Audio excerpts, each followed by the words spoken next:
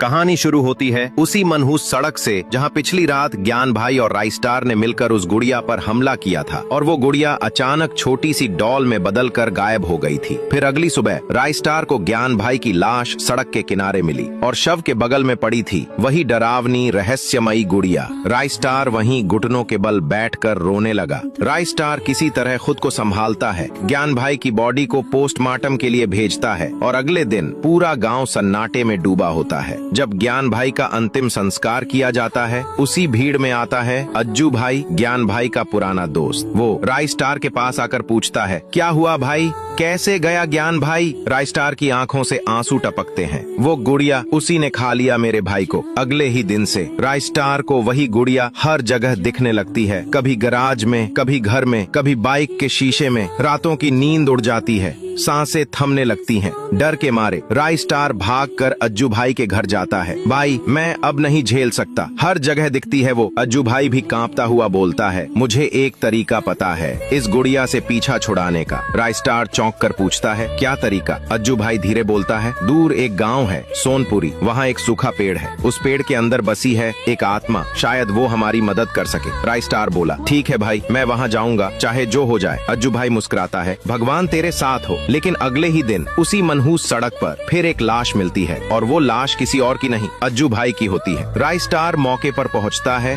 आंखें नम। जिससे भी मैं बात करता हूँ वो मर जाता है, उसकी आत्मा बिखर जाती है। उसी रात गांव में हर गली, हर दरवाजे, हर खिड़की पर वही गुड़िया दिखने लगती है। राइस्टार अपनी खिड़की से सुनता है फिर वही डरावना गाना। अब फैसला हो चुका था। अगली सुबह राइस्टार अकेले निकल पड़ता है सोनपुरी गांव की ओर। सूरज ढलने से पहले वो गांव पहुंचता है।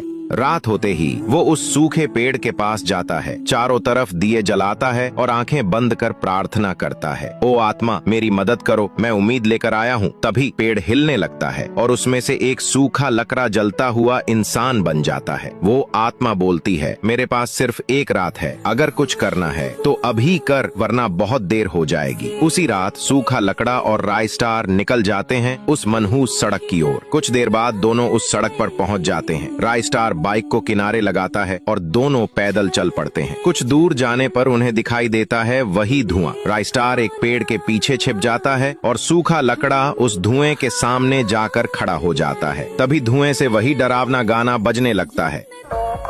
सूखा लकड़ा उस धुएं के अंदर चला जाता है और कुछ देर बाद वो गाना बजना बंद हो जाता है। राइस्टार उठकर धुएं के अंदर जाता है और जब धुआं हटता है तो वहां होती है गुड़िया की लाश।